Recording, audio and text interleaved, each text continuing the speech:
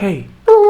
Hey guys, this is Dutum Drews from Dauntless Dutums. Welcome to our channel and I hope you are doing well. So today, after a shocker in the last mission Gemini, I hope we have TILDA on our side and let's see what we can do. I'm just concerned about GAIA and Hephaestus. I hope we have at least TILDA did something to them so that we can retrieve it. I hope it's not with the Zeniths. So we'll figure it out together. The interlude we'll be going for today is All That Remains. Yeah. So without much further ado, let's dive into today's walkthrough gameplay. Alright. Let's see.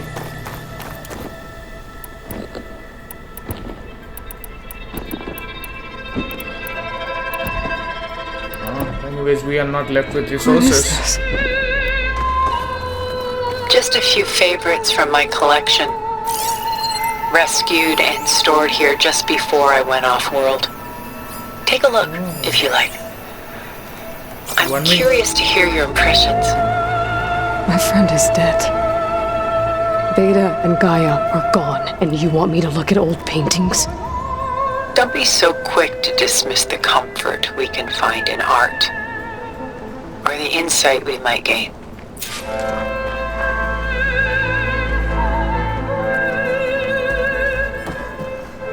My favorite pairing on the left is Woman Reading a Letter by Vermeer, a true master. And on the right is a forgery, Woman Reading Music, which fooled experts into believing it was a priceless original. Early in my career, I became fascinated with such deceptions. Eventually, I developed scanning software that could detect fakes with unparalleled accuracy. Is that how you made enough money to buy your way onto the Odyssey? Oh no. I made my real fortune later.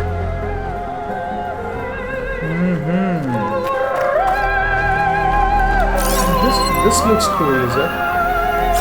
Man, I'm loving this background opera thing which is going on. Gerard the Larry say, I'm not sure if the pronunciation is correct. If you guys know, let me know in the comments with the proper pronunciation, how to pronounce it. 1680. Beautiful. Selene and Endymion. She's the goddess of the moon, whereas he's a simple shepherd.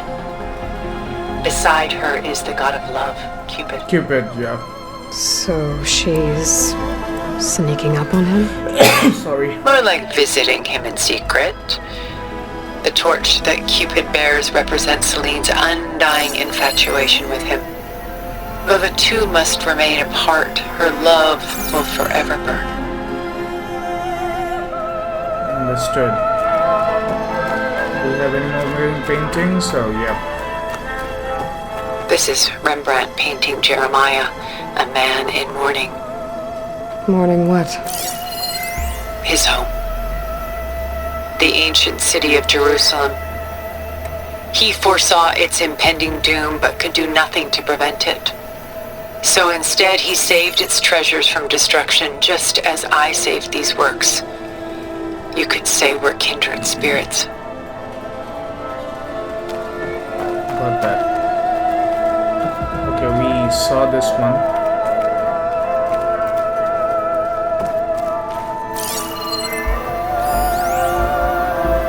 Rembrandt Van Reenagus, J silent or Ridge? Let me know. A portrait of the painter, Rembrandt's son Titus, depicted in the habit of a monk. I don't get it. Why would someone like you, with infinite resources, care about this painting of a boy in a hood? It's not the image itself, but the feeling it conveys. The face is bright and defined, but his eyes are downcast, heavy with misfortune. And the background seems to swallow all light. The painting is infused with a sense of loss. I guess I understand how the painter feels. Oh. The same painter. Rembrandt's The Night Watch, by far the most famous painting my homeland ever produced. It was commissioned to honor a militia made up of influential citizens. I guess you must have been an influential citizen. In my day. But not as influential as you've been in this new world. The light was reflecting and like hampering my view, so I just said I hope you can have a clear view now. I'm just trying my best to show you guys. It's beautiful. I love paintings. Here's the last one. Willem van de Velde, 1680, known as the Gust. Okay. The Gust. By Willem van de Velde, the most famous of his many maritime paintings. A ship crossing into the unknown. I guess you're familiar with that. Indeed, which is why I appreciate this composition in particular. Though waves and wind threaten to destroy the ship, it perseveres, clinging to the light even as darkness closes in all around it. Alright, let's go. Oh. Stunning, isn't it? Paintings were the only masterpieces of my people's golden age. This is Van Vianen's leaded ewer, molded from a single sheet of silver. What was it for? How like Elizabeth you are. Function over form. Its practical purpose was less important than its meaning.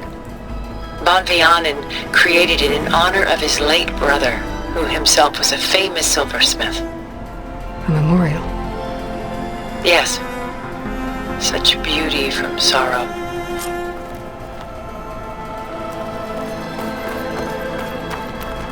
A lot of weight on his shoulders. I know the feeling.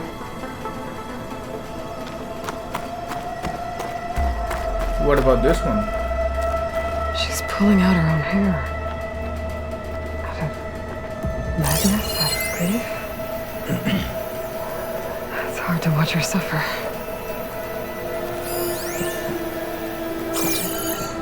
Alright, time to go to Tilda.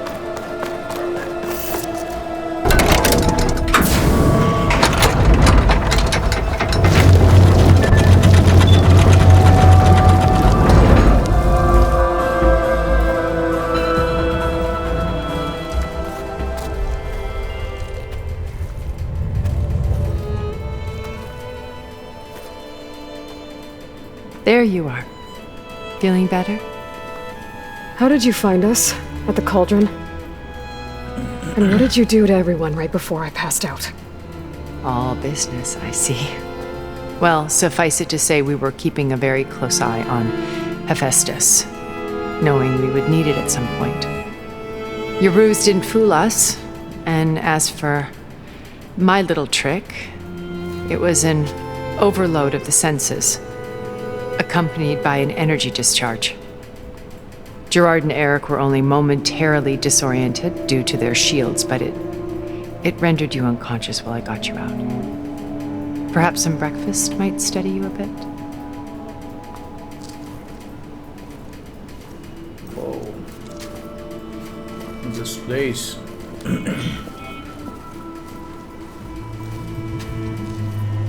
This was your house. The one you recreated for Beta, in the data channel you shared. How perceptive of you. Please, this way. After everything your people have done, you think I'm just gonna sit down and have a chat with you? They're not my people. They never were, and especially not now. You shot off into space with them, and lived with them for 1,000 years before coming back. So what made you suddenly turn on them? Quite simply, this. My old focus. You repaired it? But that means you've seen Incredible things. What you've accomplished in 2 decades of life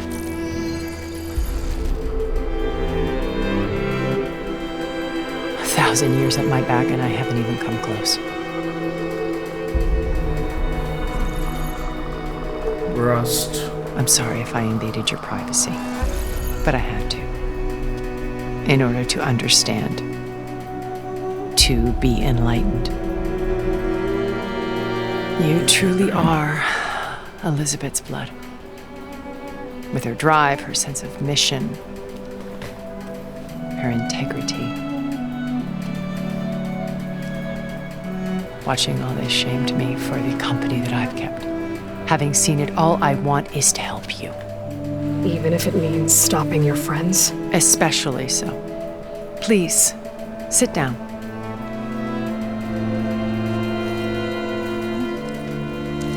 What do we have for breakfast? Are we gonna eat? There. That's better. Now, we must recover Beta and Gaia at all costs. By now, you must know that Gerard intends to use Gaia to reboot the Earth's biosphere. Remaking this world to specifications that would only suit us immortals. This process will kill every living thing on the planet. He calls it a clean install. Not if I stop him first. Not if we do. And once he and the others are gone, we can work together to fulfill Elisabeth's dream. I'm sure Beta told you that there's a build of the Apollo database on board our ship. A complete collection of human knowledge. With that and Gaia, we could do everything Elisabeth wanted. Heal the biosphere, educate the people of this world, uplift them. Create the world she imagined. Let's not get ahead of ourselves. From what I've seen, your friends are invincible. I do wish you would stop calling them my friends. And they're not invincible. In fact, a friend of yours has found a way to defeat them. Silence. Oh, he's been a busy bee, building an army powerful enough to crash through Gerard's precious base. Regala and her rebels. Even now, she's preparing a final march on the Tenakth capital. When she wins, she'll have the entire tribe under her control. Hundreds of warriors and machines to throw at the base. Okay. She's been duped. They'll all perish, of course. But it should be enough to break Gerard's defenses and allow Silence to kill him. Along with all the others. Using the new weapon he's developed. Yes, he's found a way to circumvent our shields. Truly an exceptional man. He's planned for everything. Except you and me. You see, while his army is battering down Gerard's doors, you and I will sneak in through a back way. One that only I know about. While Silence and my friends are busy battling each other, we'll take back Beta and Gaia. I told you I want to help you. I mean it. Sounds like a plan.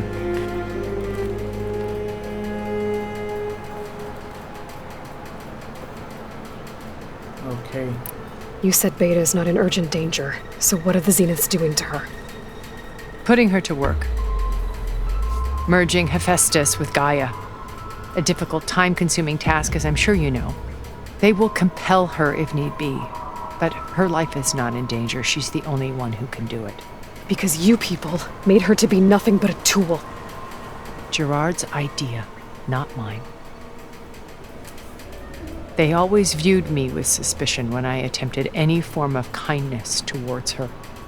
That's why I created the data channel. A virtual place where we could speak in peace.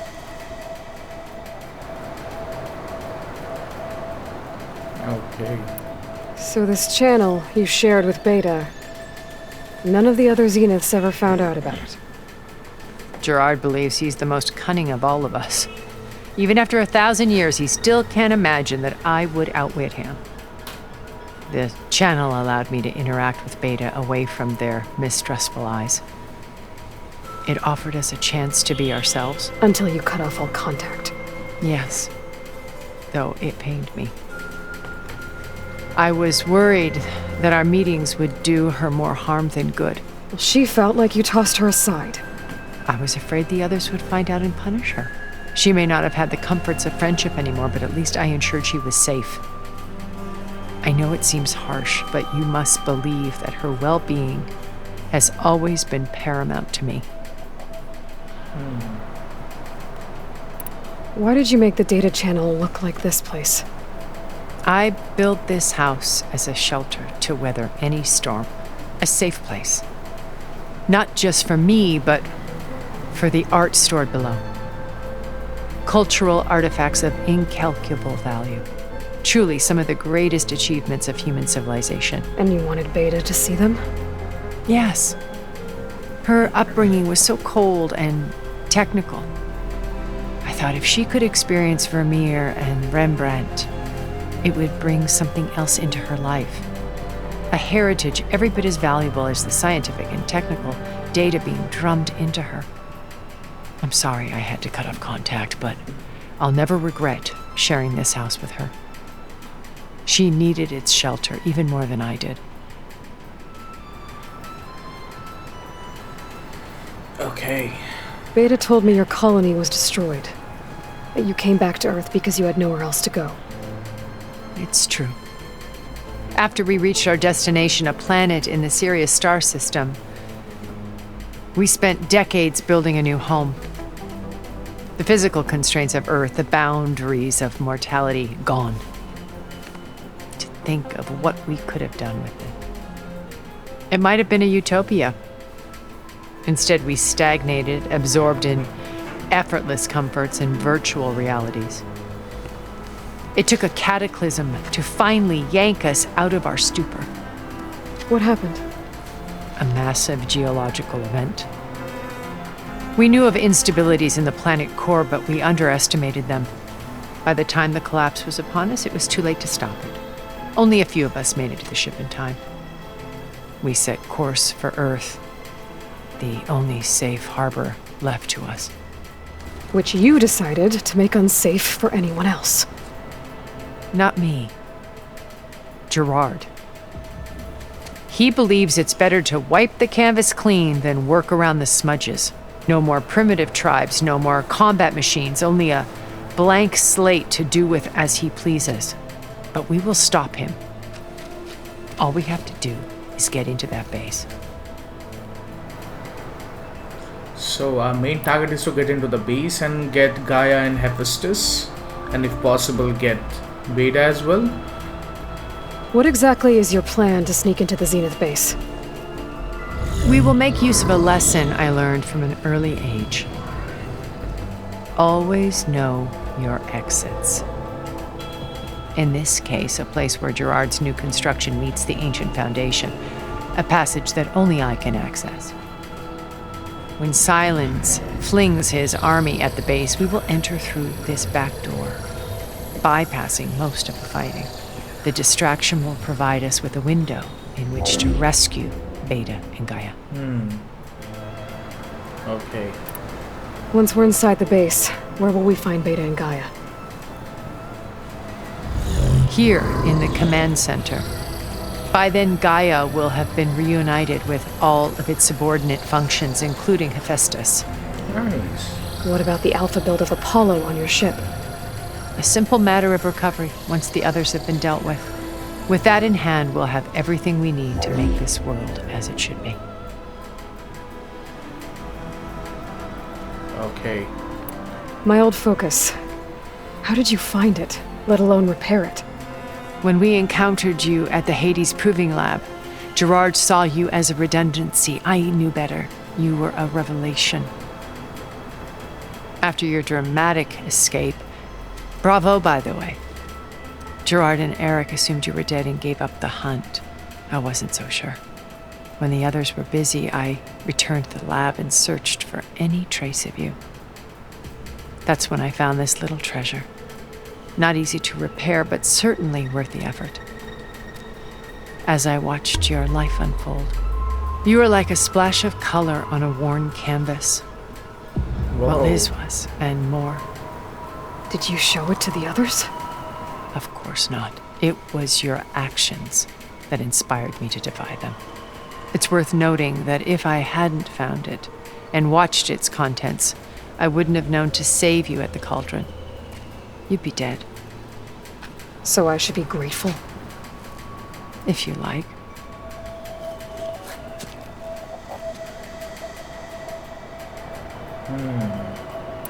How do you know about Silence's plan? He isn't the only one adept at spyware. You hacked his focus? No, he's too careful for that. But his subordinates? Not so much. He gave additional focuses to the tribals he branded the Sons of Prometheus. The ones working with Regala. By tapping their focuses, I learned about most of his dealings. The distribution of override technology, the arming of Tanakh rebels, and the secret pact with Regala to attack Gerard's base. But how did he come up with a weapon that can take down your shields? That's the one thing I haven't been able to figure out, but however he did it, I'm quite certain it will work. With it and the Tanakh army, victory seems to be within his grasp. Such a shame he'll be disappointed. Regala's only interested in killing Hekarro and waging war on the Karja. What does she have to gain by attacking Zenith? It's the price she must pay for her war. Without the ability to override machines, her little rebellion would have languished in the desert. So she trades with the Sons of Prometheus. Machines to help her overthrow Hekarro. In exchange for an assault on the base. Pride has deluded her into thinking she can actually survive such a battle. And all without ever knowing who the Sons of Prometheus really answer to. Yet for all of Silence's brilliance, still he underestimates you. That blind spot is what will allow us to take Beta and Gaia right out from under him. While hundreds of Tanakh are cut down outside.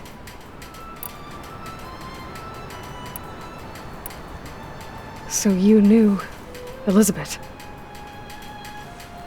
What was she like? Liz was everything she was. I see in you. And more. Your ingenuity, your determination, your moral compass. You've managed to distill her greatest qualities and make them your own. I'm not asking about me. Tell me about Elizabeth. What was she really like? The honest answer is that I don't actually know. For all the time that I spent with her, she always kept a part of herself locked away. It was like that from the moment we met. Okay. So when you met Elizabeth, she was what? Distant? Aloof? Not aloof. Not exactly. It was a summit in Paris about machine learning. A touchy subject in those days. Because regulatory authorities were just starting to clamp down on AIs. Liz gave the keynote address. She had already achieved great renown for her work in automated environmental reclamation. But in her address, she was just starting to imagine the next step. An AI-driven system that wouldn't just act on its programming, but actually take responsibility for its sphere of influence. To care about life. Not just follow orders. Revolutionary stuff. I was fascinated.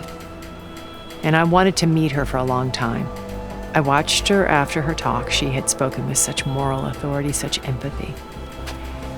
But after that, she retreated. I could tell she felt uncomfortable with all of her admirers. It was as if giving the talk had cost her something. I didn't want to be a pest, so I planned my approach carefully.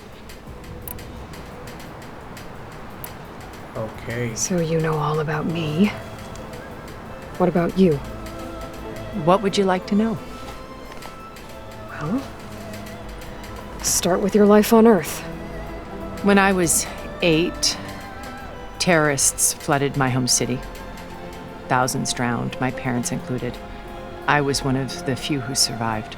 My guardian sent me to boarding school. Among my peers, I was the strange girl, the orphan to be avoided. All because of circumstances beyond my control. Oh. So we're a lot alike, huh? Aren't we? You were an outcast. But you didn't let that stop you from getting what you needed. Neither did I. I climbed my way out of desolation and used my wits to build a fortune.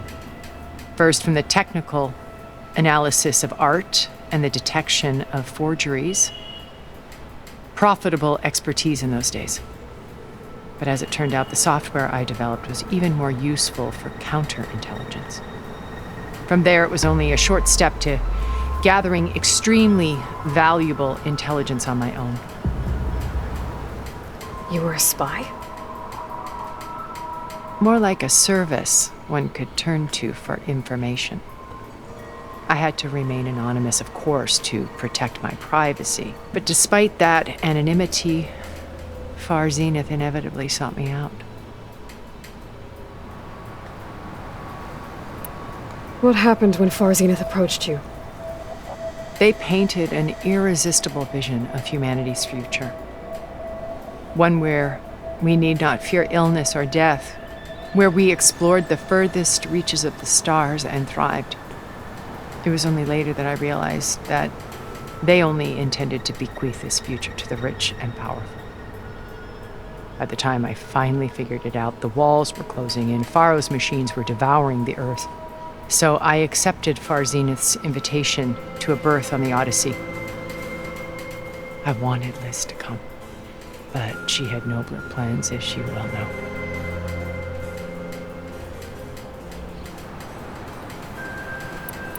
Okay. So how did you finally approach Elizabeth after her talk? I picked the right moment. The morning of the next day, right as she came back to the conference, she had just had her coffee. She was fresh, rested. It was like she had braced herself for the onslaught of colleagues. I asked if I could walk with her, then put forth a question about her talk that I thought was intelligent. Her answer made me realize it wasn't, but she was very welcoming. Almost as if we were previously acquainted. It was only halfway through the conversation that I realized she knew exactly who I was. It was quite a shock to me. My business was trafficking in secrets, and I took great pains to protect my anonymity. So that was Liz, perpetually one step ahead. I came to view our meeting as a metaphor for our friendship. She always seemed to know me far better than I knew her. I guess I know the feeling.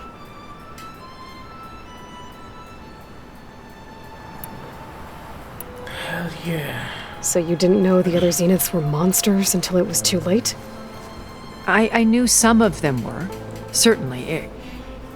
It wasn't until we were off-planet that I understood the true scope of their greed. I was grateful to simply be alive, but the others became obsessed with a kind of effortless immortality. They built a colony where machines serviced their every need, where any memory or fantasy could be endlessly savored in virtual reality. It wasn't life. It was stultifying, a pampered dream state. As the decades passed, I withdrew more and more, alone yet again, but this time with eons to consider my mistakes. Now finally, having met you, I feel like I have a second chance. To do what? Help you, of course. To fulfill Liz's dream, which isn't so different from Far Zenith's original vision. A better future for humanity.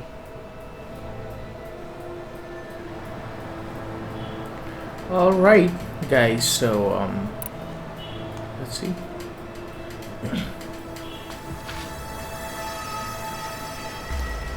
First Pharaoh. Now Hikaru and the Tenakth.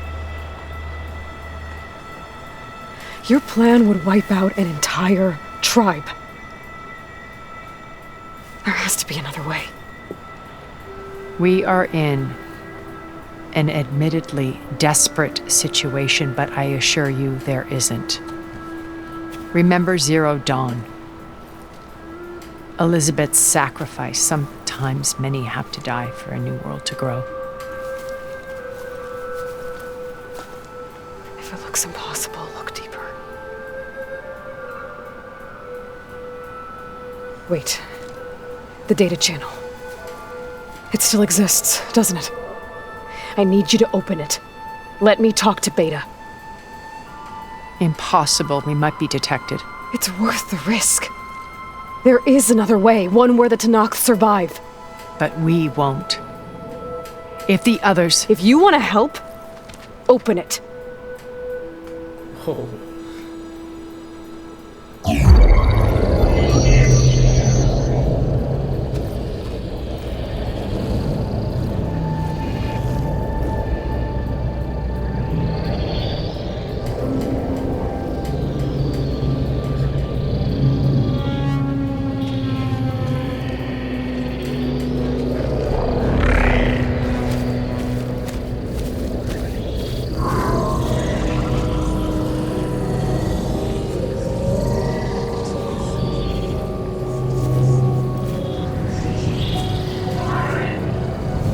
What are they doing to her?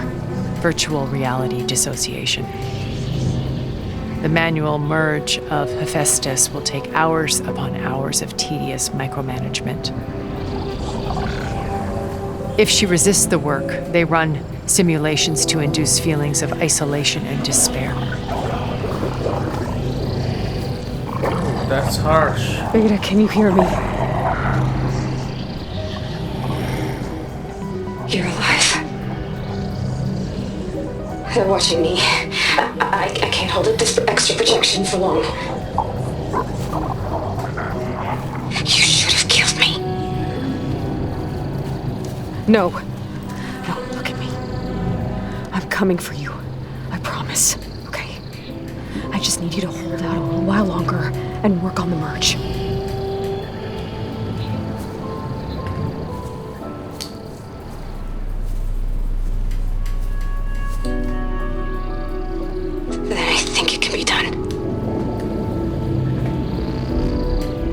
Contact again when it's time.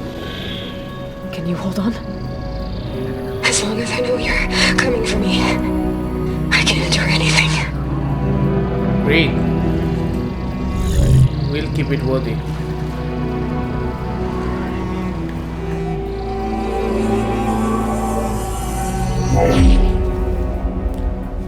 All right. I did as you asked. Now I think you need to tell me what you're planning. I'm going to take Silent's army away. I don't need it. Only the weapon he made to penetrate your shields. And how do you propose to get it? Ask him nicely? Without Regala and her rebels, he won't have a choice.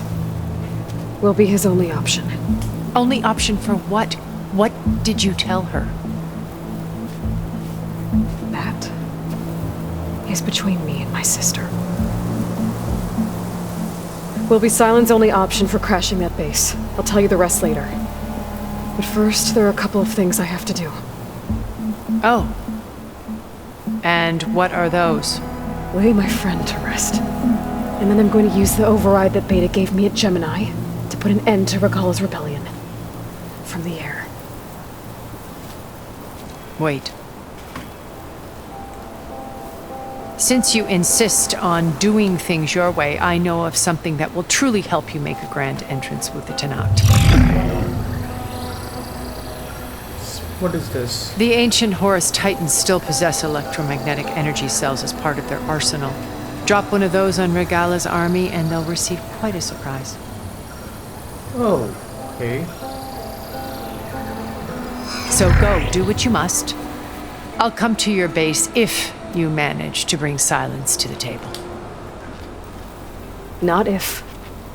When.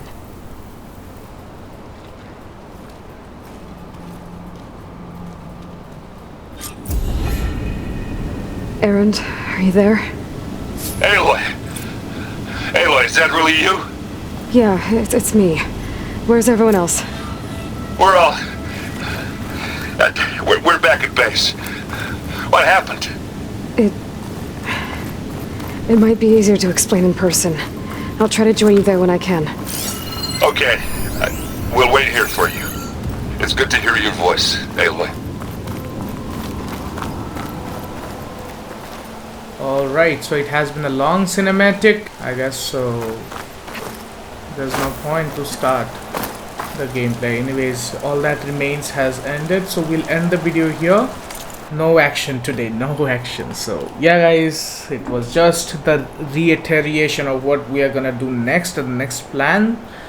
So it was quite an informative episode for me, at least a mission.